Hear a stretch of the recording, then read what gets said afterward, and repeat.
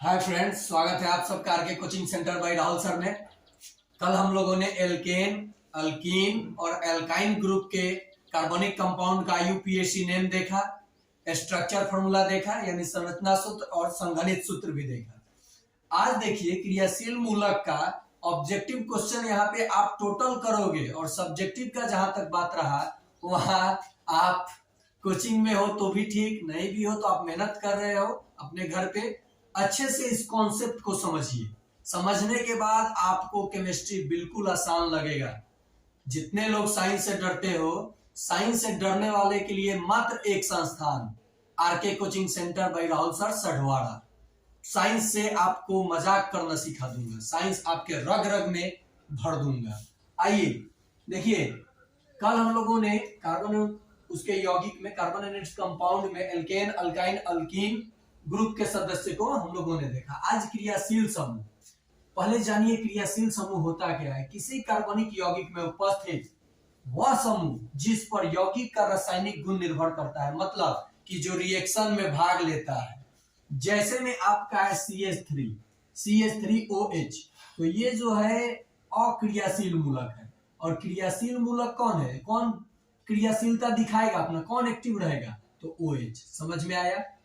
तो किसी कार्बनिक यौगिक में उपस्थित वह समूह जिस पर कार्बनिक यौगिक का पूरा रासायनिक गुण निर्भर करता है, depends on the chemical properties, तो इस पे प्रॉपर्टीज पे फॉलो करेगा। अब जरा देखिए, कुछ क्रियाशील समूह को मैं यहां लिखा हूं, जिसका वर्ग भी लिखा हूं और उसका क्रियाशील मूलक भी लिखा हूं। तो समझिएगा इस चीज को, देखिएगा ध्यान से।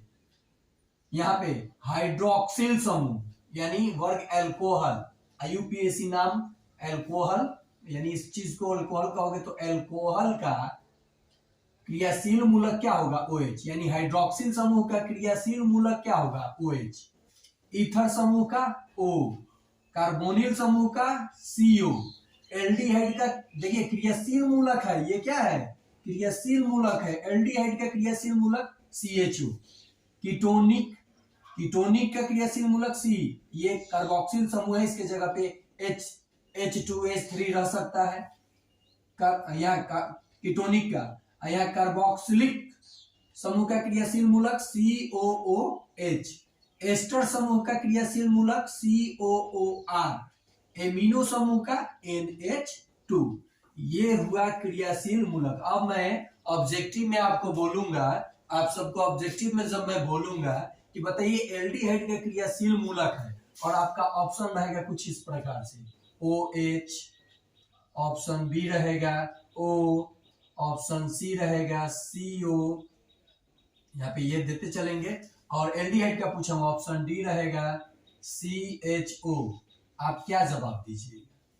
तो आपको तो दिख रहा है, यहां ना दिख रहा है तो आप ये कह रहे हो। अगर इसको आप अंडरस्टैंड कर जाओगे तो ये आप काटना शुरू करोगे। हाइड्रोक्सिल समूह यहाँ है, हाइड्रोक्सिल एल्डिहाइड पूछा है तो आप कहोगे ये तो हाइड्रोक्सिल समूह है, ये ईथर समूह है, ये आपका कार्बोनिल समूह है, तो जो बच गया वो क्या हो गया, एल्डिहाइड समूह हो गया। तो इसी से पूरे नॉलेज नहीं जानोगे, केवल ऑब्जेक्टिव और नोट्स, कोचिंग वाले का नोट्स और ऑब्जेक्टिव लेकर के रट्टा मारिएगा और क्वेश्चन बदल देगा जब, तो आप वहां पे फेल कर जाइएगा। इसलिए पूरा 100% नॉलेज लीजिए, नोट्स के पीछे नहीं भागिए, नॉलेज के पीछे भागिए, ठीक है। तो ये आपका हो गया कंडीशन। अब देखिए नामकरण कैसे किया जाता है। जैसा कि मैंने कल बताया, किसी भी कार्बनिक कंपाउंड का एक होता है साधारण नाम, एक होता है IUPAC नाम। अंतरराष्ट्रीय स्तर पर मैं बताऊंगा इसको पूरे डिटेल से अगले पार्ट में, पहले इसका फुल फॉर्म जान लीजिए। अंतरराष्ट्रीय स्तर पर किसी भी कंपाउंड का क्या नाम रखा जाए, उसके लिए कुछ सम्मेलन हुआ था, तो वही सम्मेलन में एक IUPAC वर्ड मिला, जिसका फुल फॉर्म होता है international union of pure applied chemistry. Carbonic compound या किसी भी कंपाउंड का नामकरण करने के लिए इसका इस्तेमाल किया जाता है। तो जैसे में अब देखिए, मैंने कल आपको एथ मेथ सब बताया था, और लगा करके हाइड्रोक्सिल समूह का मुझे नामकरण करना है। किसका करना है, हाइड्रोक्सिल समूह का। तो मैंने लिखा CH3OH। पहले सामान्य सूत्र देख लीजिए।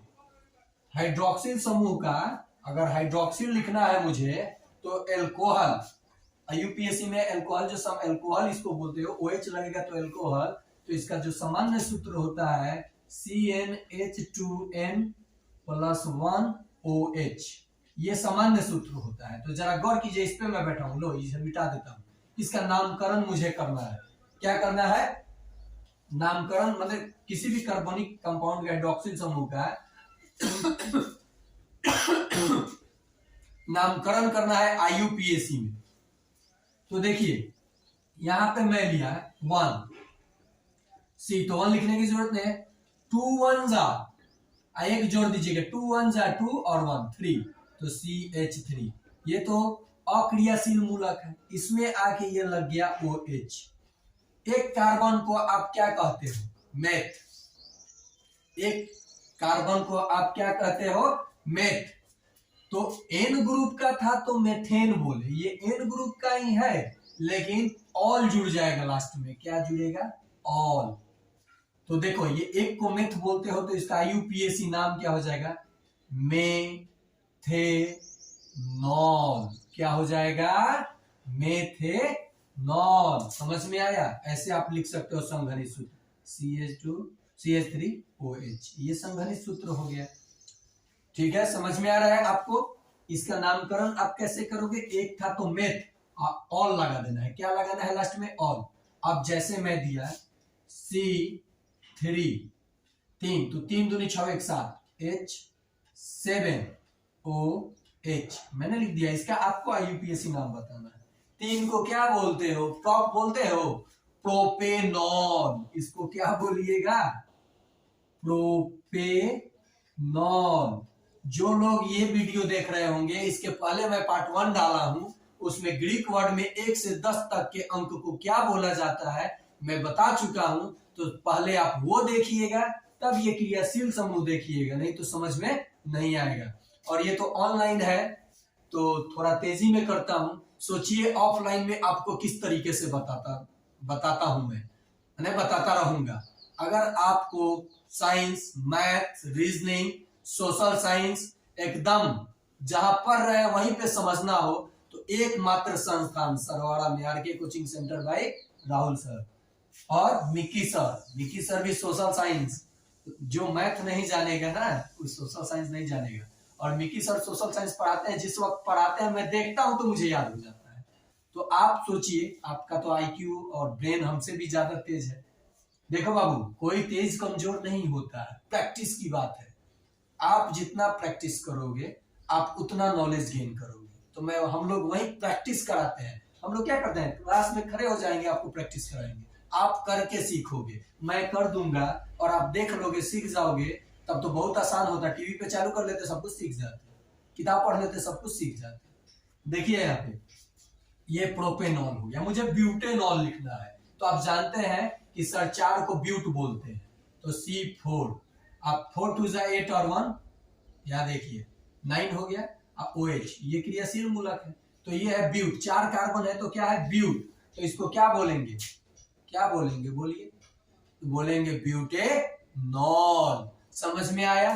तो आज के लिए सिर्फ हाइड्रोक्सिल समूह यानी एल्कोहल समूह का नामकरण आप करोगे। ठीक अगले वीडियो में मैं ये ईथर, कीटोन, एल्डिहाइड, देखो साधारण नाम के साथ भी ये सब मैं सिखाऊंगा। तो आप इसका स्क्रीनशॉट ले लोगे और ये क्रियाशील मूलक याद कर जाओगे, यानी समझ जाओगे, और आप खुद से नामकरण करोगे और तब मैच करोगे कि सही है या गलत है किसी गेस पेपर या किसी चीज पे। ठीक है? अगर आपको नहीं समझ में आएगा तो आप मेरे कमेंट बॉक्स में डालेंगे कि सर ये चीज मुझे नहीं समझ में आ रहा है, एक बार इसको वीडियो बना करके आप समझा दीजिए। आप कहीं भी पढ़ते होंगे, मैं जरूर बताऊंगा। तो आज के लिए इतना ही, फिर मिलते हैं अगले पार्ट में ईथर, कीटोन, एल्डिहाइड के साथ।